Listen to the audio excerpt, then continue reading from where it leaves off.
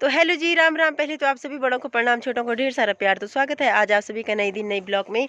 उम्मीद करती हूँ कि आप सब ठीक होंगे। आज की ब्लॉगिंग हो गई है मेरे दोपहर के 1 बजे से स्टार्ट है। तो आज की ब्लॉगिंग हो गई है मेरे अपने घर से स्टार्ट। आज कहीं खेत से नहीं हो रही। तो आज इसलिए हुआ लेट क्योंकि आज सुबह से मम्मी भी नहीं है घर में, मम्मी कहीं जा रखी है। तो आज मैंने तारुस को काफ़ी दिनों बाद न लाया क्योंकि इसको जुकाम लग रखा था। अभी तो खैर काफ़ी आराम है पहले से, मतलब हल्का फुल्का तो है। तो कुछ ये ना चिड़चिड़ा भी हो गया जुकाम की वजह से, इसीलिए आज इसको संभाल रही थी सुबह से। तो सारा काम भी निपटाना पड़ता अकेले घर में। कुछ दादी भी अब नहीं कर पाती इतना काम क्योंकि दादी की हालत भी ठीक नहीं रहती, कुछ आंखों से नहीं दिखाई दे रहा, कुछ तबीयत भी ठीक नहीं रहती। भले दादी भी मेरे साथ थोड़ा थोड़ा हेल्प कर रही, लेकिन हो ही जाता है फिर भी। तो तब जाके अब जाके मुझे कहीं टाइम मिला। तो कल से पता नहीं क्या हो गया मौसम को ना, कभी बादल हो रही, कभी धूप हो रही, कभी छाँव, कभी कुछ। तो मौसम का कुछ पता नहीं लग रहा, इसी वजह से ना ये सर्दी जुकाम ही लग रहा। क्योंकि अगर एकदम डायरेक्ट बारिश हो जाती तो कुछ फर्क पड़ता मौसम में, या तो फिर धूप ही होती। तो मौसम देख रहे होंगे, कभी कुछ हो रहा, कभी कुछ हो रहा, कुछ पता नहीं लग रहा मौसम का भी। तो मुझे काफ़ी तेज जुकाम लगे। तो कल मैंने दवाई मंगाई, इस हमारे गांव के स्कूल के बच्चे जाते हैं उनसे मंगाई मम्मी ने। तो अभी ना मैंने दवाई खा रखी तब जाके मुझे कहीं आराम है। लेकिन मैं अभी ना एक दिन रात को बिल्कुल नहीं सो पाई। तो आज उसी चक्कर में ना मैं मूंग की खिचड़ी बना रही हूँ। मैंने सोचा मूंग की खिचड़ी बना लेती हूँ, मेरे लिए, दादी के लिए, तारों के लिए, ठीक है, सबके लिए।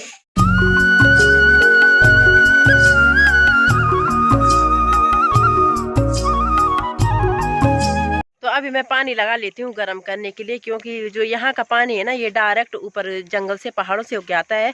तो इतना ठंडा रहता है जैसे किसी ने बर्फ़ मिला रखी होगी। तो उसी वजह से ना उसमें डायरेक्ट कपड़े वगैरह नहीं धुल पाते। क्या होता है कि जो मतलब जिन्होंने टैंकी वगैरह लगाई रहती है उनको इतनी दिक्कत नहीं होती क्योंकि दिन भर पानी गर्म हो ही जाता है छत में। तो यहाँ पे पानी बिल्कुल मतलब ठंड गर्म तो आता ही नहीं 1% भी, काफ़ी ठंडा आता है। जो स्रोतों का पानी रहता है, यानी जो धारे का पानी रहता है पीने का, वो उस टाइम थोड़ा गर्म रहता है, उसके बाद वो भी ठंडा हो जाता है। तो इस टाइम में और तारू सा रखे यहाँ अपने खेत में घूमने के लिए। तो इसने बोला कि घूमी घूमी करना है, तो तब जाके कहीं सोएगा। तारुष कहाँ रखे अम्मा, कहाँ रखे, घूमी घूमी। तो यहाँ पे एक संतरे का पेड़ है, पहले इसमें काफ़ी बड़े बड़े संतरे आते थे, लेकिन अब बरसात की वजह से, बारिश न होने की वजह से देख रहे होंगे इतू इतू से आ रखे हैं कागजी की तरह।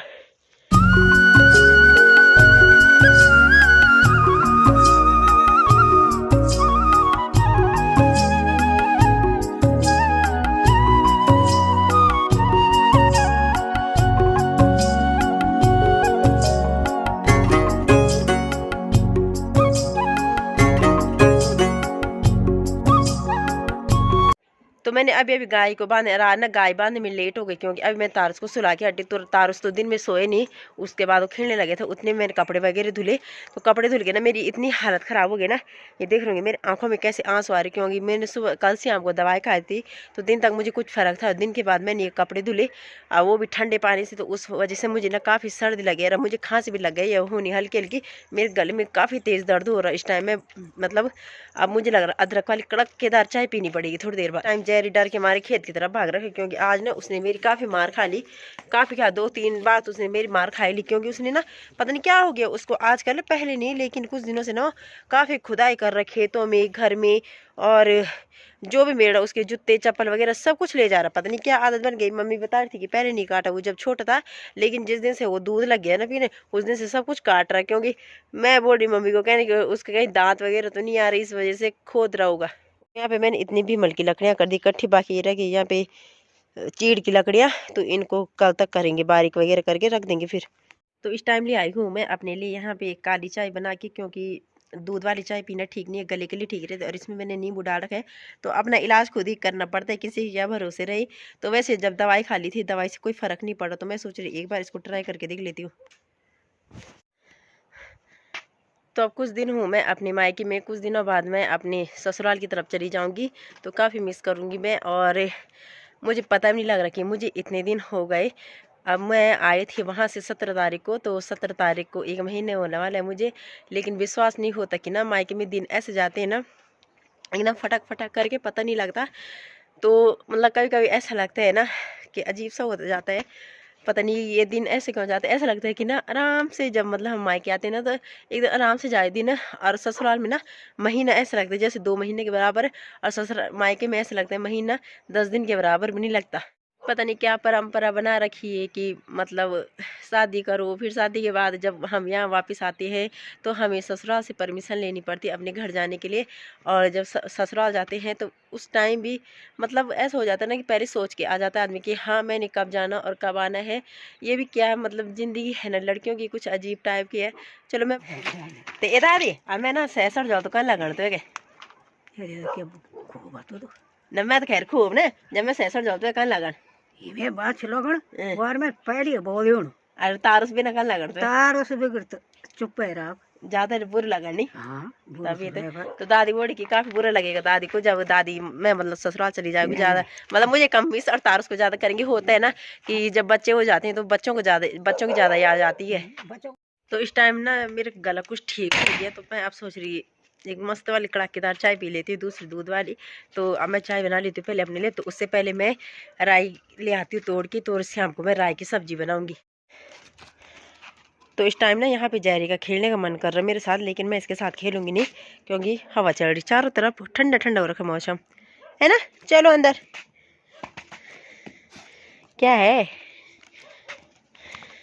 ले पंजे दे, आजा आजा आजा आजा आजा।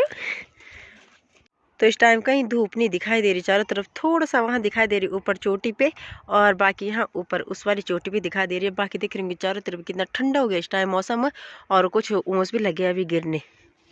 तो जी रात का टाइम हो गया और मैं गाय का दूध निकालने गई थी, लेकिन गाय ने आज मेरे पास नहीं दिया, पता नहीं क्या दिक्कत हो गई।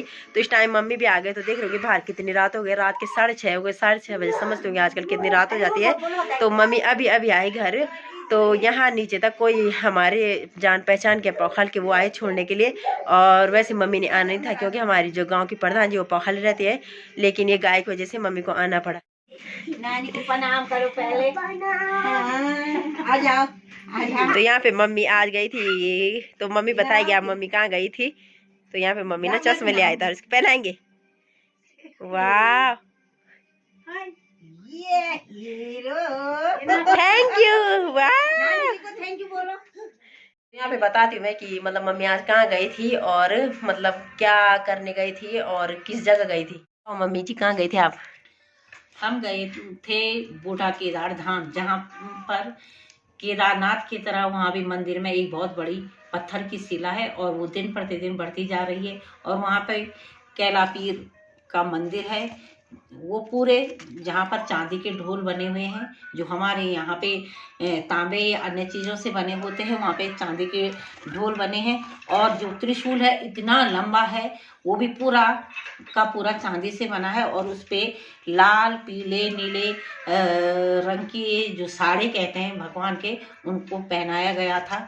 और उस देवता को देख के तो वहाँ की रौनक ही आज मन में समा गई कि ऐसा भव्य मंदिर तो था ही, लेकिन उस देवता की महिमा ये है कि उसने कम से कम 10-12 खेतों के चक्कर 7 चक्कर मारे। और 7 चक्कर ऐसे नहीं मारे कि देवता ही देवता गया, देवता के साथ साथ जितने भी वहाँ पे भक्त जन थे वो उतनी बार भागे। और कहते हैं कि जो उस देवता के साथ भागता है उनकी हर मनोकामनाएं पूर्ण होती हैं, और लोग अक्सर इसीलिए उस देवता के साथ भागते हैं। और लास्ट में जब 7वां चक्कर मारा तो उस देवता पर जो पराल होता है, पराली कहते हैं, उसकी छोटी छोटी गुच्छियाँ बनाकर भक्त जनों ने उस त्रिशूल पर, जो कैलापीर का त्रिशूल है, उस पर चढ़ाया। और कहते हैं कि ये उस देवता की सबसे बड़ी महिमा है।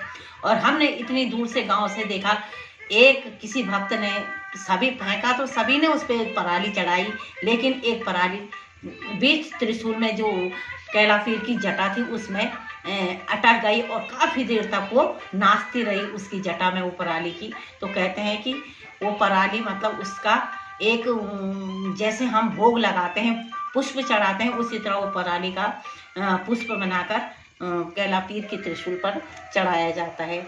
वहाँ पे काफ़ी भक्त जन आ रखे थे दूर दूर से, जो उस गांव की बेटियां होंगी, बहुएं होंगी, जो देश विदेश में रहते हैं, इस अवसर पर वहाँ पे आए थे। कहते हैं कि वहाँ पे दीपावली की तरह 3 दिन तक मेला लगा था, पूरा बाजार मेले से सजा था। और गांव में 3 दिन से उनकी जो रिख बग्वाल कह के बग्वाली होती है वो मनाई जा रही थी, और इसी अवसर पर वहाँ पर ये मेला होता है। और हम भी आज उस मेले को देखकर, उस देवता की महिमा को देखकर धन्य हो गई। तो मैंने फोटो वगैरह देखी, वीडियो देखी मम्मी के फ़ोन में, तो मुझे काफ़ी अच्छा लगा देख के।